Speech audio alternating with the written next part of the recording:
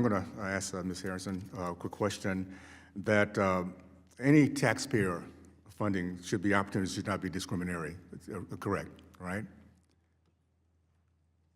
Anything that taxpayers are paying for should not be discriminatory. That's easy, yes or no? Okay, thank you. There are millions and millions of black conservatives like myself. How many black conservatives have ever been selected as Truman Scholar?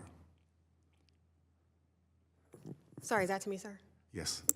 I don't think any of us know, right? Even the research that we're talking about today has only looked at a limited number of bios, and they're doing it based on their own research of social media and not having So there's looked at no the way to find out 3,500. if this, in other words, we're trying to make sure that it is very open, very inclusive, and there's no way to see if any black conservatives ever have been selected as Truman. That should be a big deal. I would think that would be a really highlight of the Truman Scholarship program, to say we service everyone, including black conservatives. I think the bigger deal is, does our higher education system as a whole service everyone? And what we're worried about are the millions of Americans, not the 50 or 60 a year. Okay, there are millions of Americans struggling in our higher education and we're system we're right losing now. that battle, by the way, because of liberal policy. So just, all right, thank you so much. Ms. Kabani, you mentioned the College Fix has been investigating Truman Foundation for nearly 10 years. One thing that struck out to me is how consistent your findings are each year. Liberal winners and massively outnumber conservatives every single year, regardless of which party is in power, who's running office. What do you think this says about the program itself? Well, what it says is that this program is essentially a talent pipeline and taxpayer-funded scholarship program for the Democratic Party and the liberal activist network. It also shows that the system is inherently broken. There's a systemic bias that starts at the campus level all the way up to the final decisions that needs to be reformed. Thank you. Ms. Kissel, Mr. Kissel, you mentioned the program structure assumes that for-profit corporations in the private sector can never serve the public, and conversely, nonprofits, the government sector, always act in the public interest. Personally, I don't think either of this is true.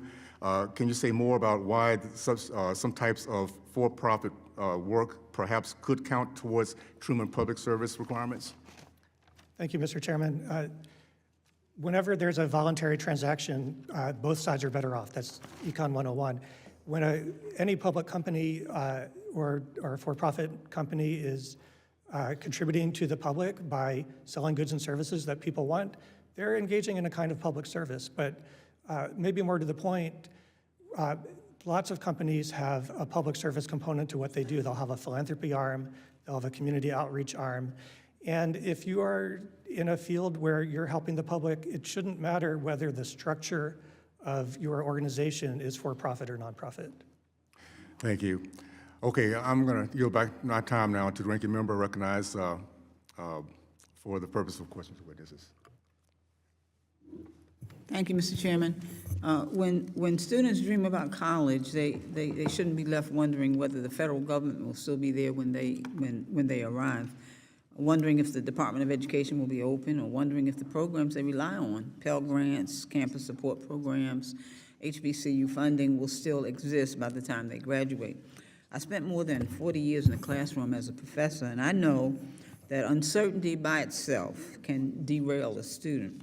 When programs disappear overnight, students lose their footing. And when an entire federal program is put on the chopping block, the consequences are felt in every classroom, every campus, and every community. So let's put the numbers in perspective. The Truman Foundation is receiving a lot of attention today. But students aren't struggling because of the Truman Scholarship.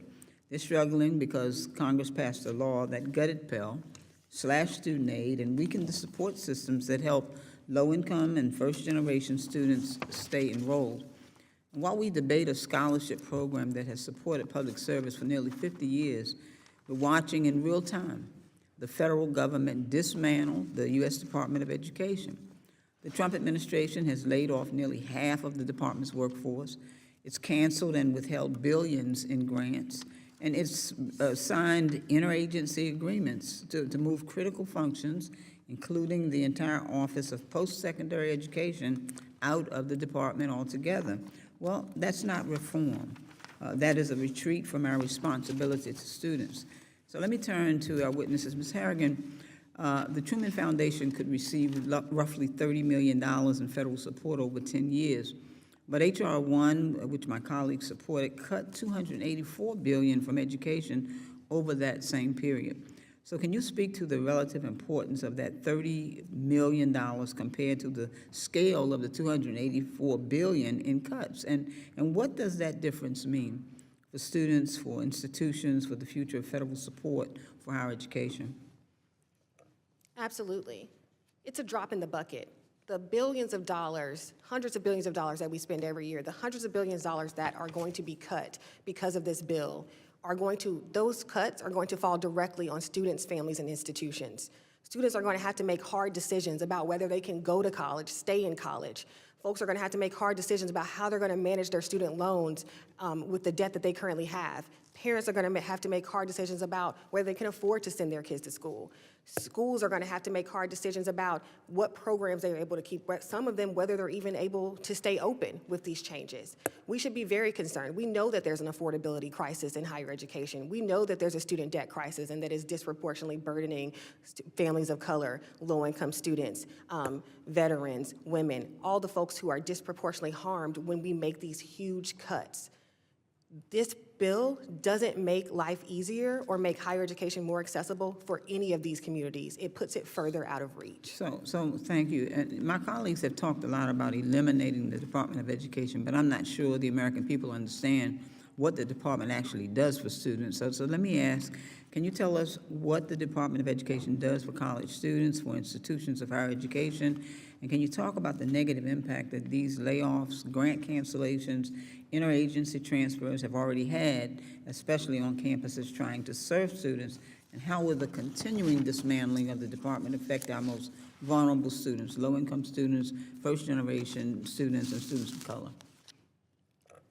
The Department of Education was created by statute by Congress, and one of its most important functions is that it protects the civil rights of students. Students are able, if they are being discriminated against on their campus, in their school district, anywhere, to file complaints and to have that investigated by OCR, the Office of Civil Rights. But right now, because that department has been gutted, and that office specifically, thousands of complaints are going unanswered. Folks don't have a response.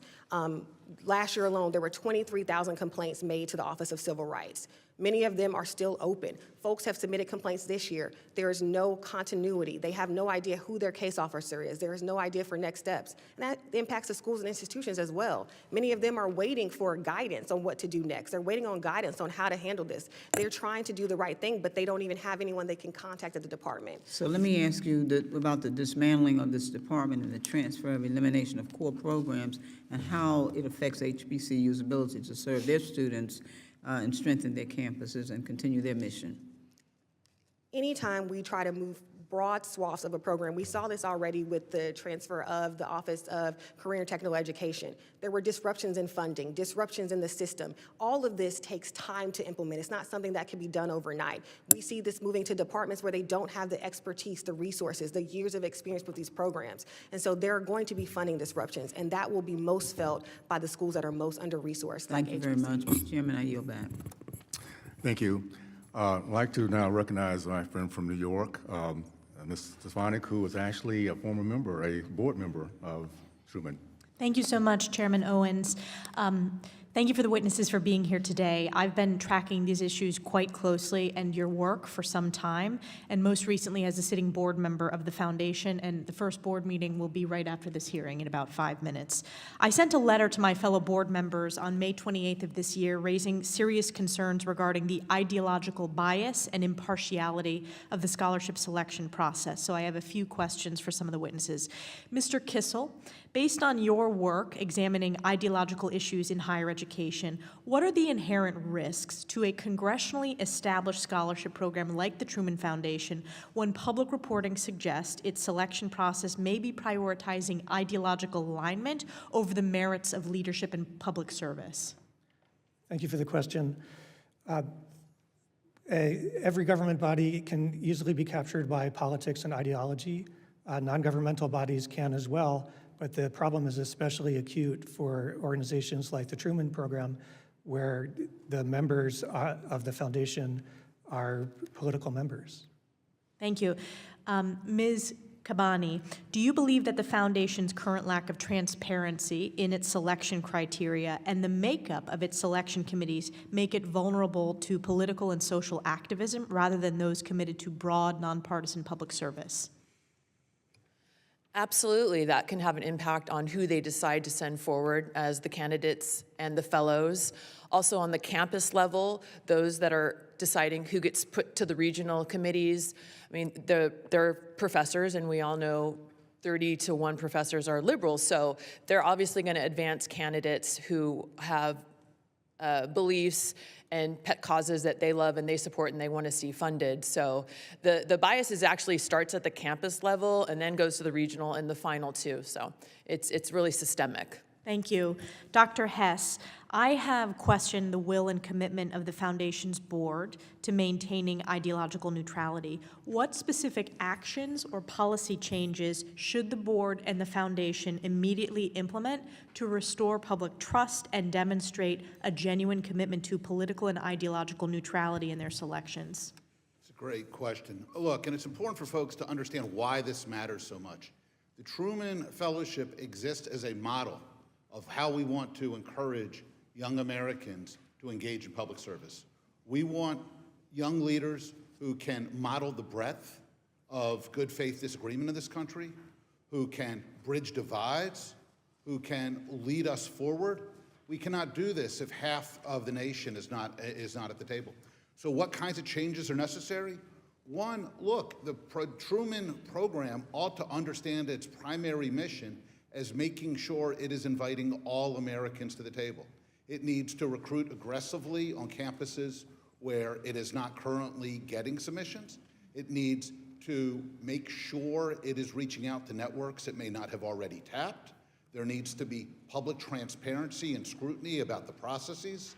Right now, the regional review boards, if you survey, as the chairman mentioned, if you survey the makeup of the judges, it's pretty clear that there's a heavy ideological tilt. That needs to be addressed. There need to be clear guidelines on the kinds of questions that should and should not be asked in the interview process. Really, what we need is somebody to approach this with the primary goal of reassuring all Americans, all students, all professors, that we are trying to create a heterodox, inclusive community of scholars who can lead us forward, rather than one that happens to be responsive to orthodoxy on campus. Well, thank you. That's one of my missions and one of the reasons that I requested for this position on the board.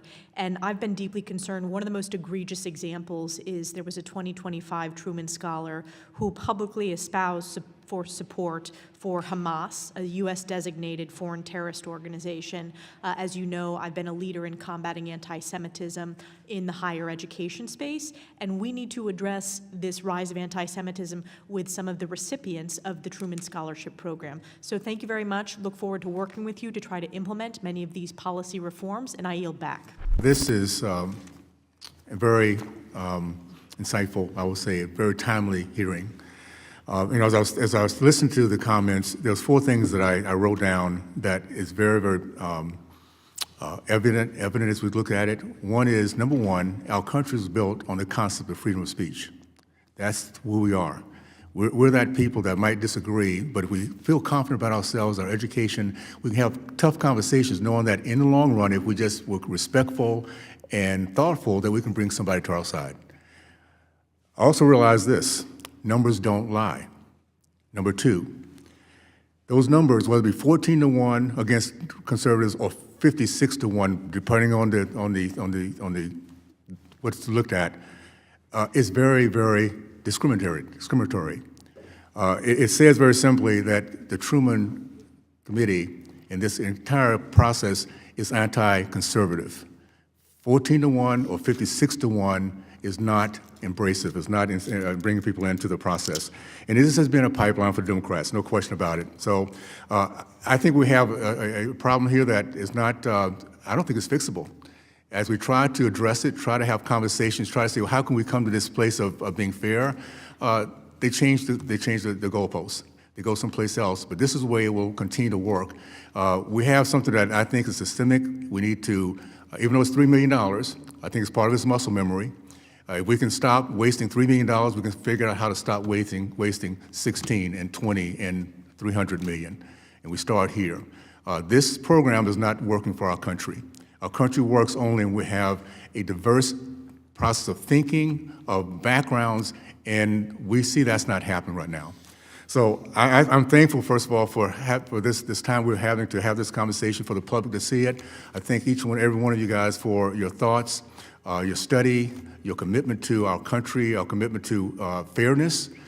And I think as we move forward, we have to figure out how to now, I think, end a program that's not working for America anymore. So with that, I'd like to thank our witnesses again for taking the time to testify before our subcommittee today. Without objections, there being no further business, the subcommittee stands adjourned.